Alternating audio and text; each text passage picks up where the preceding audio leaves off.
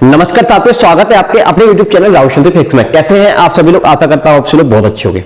आज के इस वीडियो में आपका बहुत बहुत स्वागत है। ये वीडियो स्पेशली रेलवे एएलपी के फॉर्म फिलअप करने वाले अभ्यर्थियों के लिए काफी इंपॉर्टेंट रहने वाली है, क्योंकि हम फॉर्म तो फिलअप कर देते हैं, उस समय हमसे जो गलतियां हो जाती है लास्ट में जब डीएम होता है, जब डॉक्यूमेंट वेरिफिकेशन होता है वहां पर जाकर, तो हमको वहां से भगा दिया जाता है।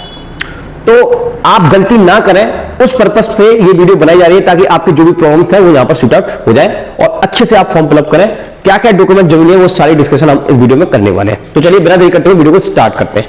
देखिए, जैसा कि आप देख ही लिए होंगे कि ये एएलपी का ऑफिशियल नोटिफिकेशन है। यहां पर आप देख सकते हैं बहुत सारे जोन्स दिए हुए हैं और इन जोन्स के लिए आपकी वैकेंसीज आई हुई है। ठीक है, और जैसे मैं आपको थोड़ा सा विजुलाइज कराता हूं जोन्स के बारे में, जैसे कि मैं थोड़ा सा पहले वैकेंसी लेके चलता हूं, फिर मैं आपको बताऊंगा डॉक्यूमेंट्स के बारे में।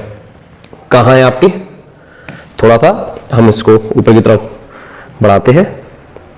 पहले हम समझ लेते हैं कौन कौन से जोन से क्या क्या वैकेंसी और आपको कौन से जोन से फॉर्म फिलअप करना चाहिए। ठीक है, चलिए थोड़ी देर में रुकिए, जस्ट 1 मिनट। देखिए ये आ गया, आपको दिख रहा होगा। ठीक है, ये सारे जोन है आपके।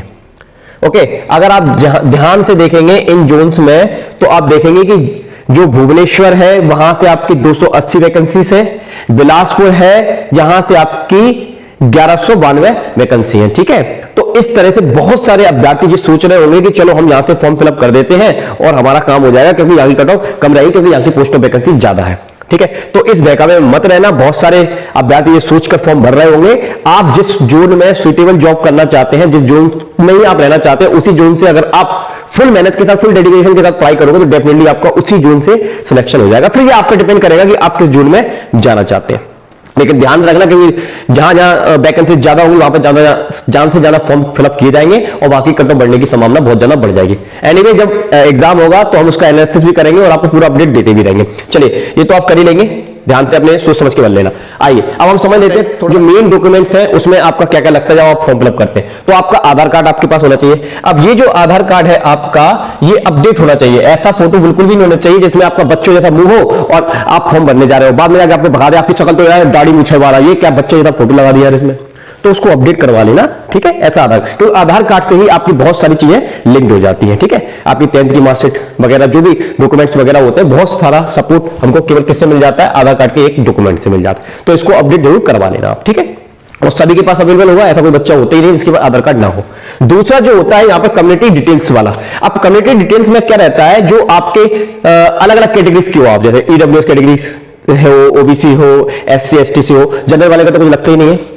तो ये कम्युनिटी डिटेल्स उनको भरनी पड़ती है जिनके पास ऑलरेडी अलग अलग टाइप्स के सर्टिफिकेट्स होते हैं उनकी कैटेगरी के अकॉर्डिंग। अब इन सर्टिफिकेट्स का क्या मांगा जाता है फॉर्म में? तो आंसर है उनकी सर्टिफिकेट नंबर्स के बारे में इंक्वायरी ली जाती है कि अगर आपके पास ओबीसी सर्टिफिकेट है तो उसका नंबर क्या है। आपको डॉक्यूमेंट्स अभी नहीं देना, जब वेरिफिकेशन का टाइम होगा तभी आपको डॉक्यूमेंट लेके जाना है, लेकिन उससे पहले आपका एक सर्टिफिकेट नंबर लिया जाएगा फॉर्म फिलअप के टाइम पर। आप फॉर्म फिलअप करोगे तो वहां पर देखोगे, आप मेंशन करना होगा। ठीक है, अब इसमें से जो ईडब्ल्यूएस वाला सर्टिफिकेट है ये आपका किस ईयर का होना चाहिए? तो मेरा मानना यह है कि जो आपका जो ईडब्ल्यूएस का जो सर्टिफिकेट है वो 2023-24 का ही होना चाहिए। ठीक है, तो आपका काम करेगा। ज्यादा पुराना होगा तो दिक्कत आ जाएगी आपको।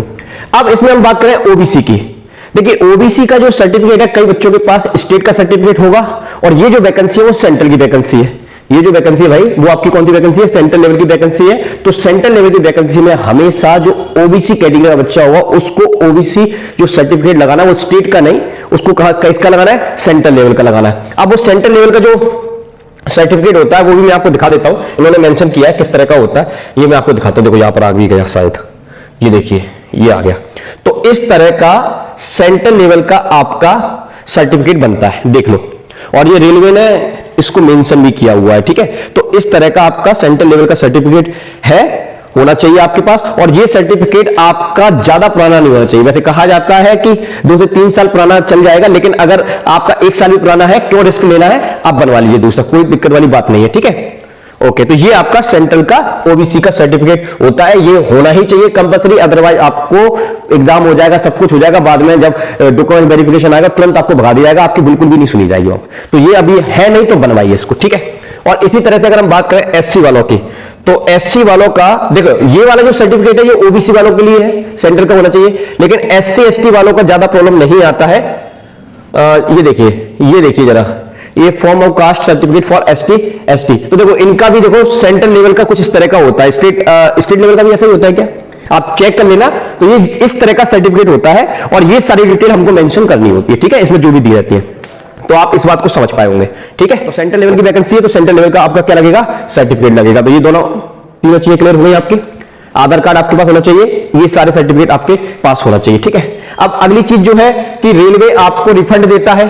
अगर आपको रिफंड चाहिए तो उसके लिए आपको क्या करना पड़ेगा, अपनी बैंक की डिटेल्स आपको वहां पर फिलअप करनी पड़ेगी, ताकि जब आपका CVT 1 हो जाएगा, CVT 2 के लिए जब भी आपको रिफंड देना होगा तो वो आपको वापसी मिले तो वो उसी बैंक में आएगा आपका, तो बैंक डिटेल भी चलेगी उसमें।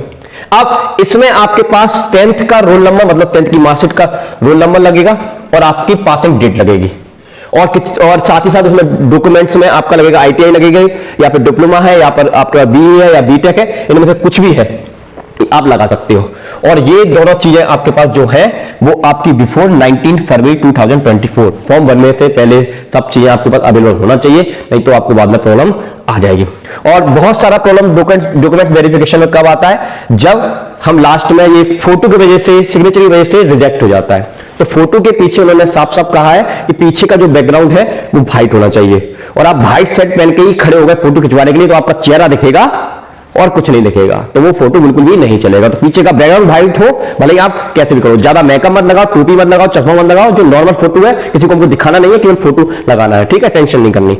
तो फोटो आपका व्हाइट बैकग्राउंड वाला होना चाहिए और व्हाइट पेज पे ब्लैक साइन आप कर दीजिएगा, काम हो जाएगा। तो ये कुछ इंपॉर्टेंट डॉक्यूमेंट्स हैं जो आपको चाहिए। अगर ये नहीं है तो अभी बनवाइए, नहीं तो आपको बाद में प्रॉब्लम आएगा, नौकरी आपकी जा सकती है। वैसे भी रेलवे में बहुत ज्यादा प्रॉब्लम चल रहा है, अभी वैकेंसी बड़ी मुश्किल में निकाली, गिनी चुनी वैकेंसी निकाली है और उसके लिए बहुत ज्यादा प्रोटेस्ट चल रहा है और अभ्यर्थी लगातार लड़ भी रहे हैं। लेकिन ठीक है, पढ़ाई भी हमको करनी है और फॉर्म भरना स्टार्ट हो गए और लास्ट डेट का बिल्कुल भी वेट नहीं करेंगे, अभी फॉर्म फिलअप कर देंगे तो ज्यादा बेस्ट रहेगा, नहीं तो आगे जाके साइड बहुत ज्यादा लोड आ जाता है तो फिर फॉर्म फिलअप नहीं होता बच्चों से, ठीक है। समझ में आ गई बात, ठीक है, ओके।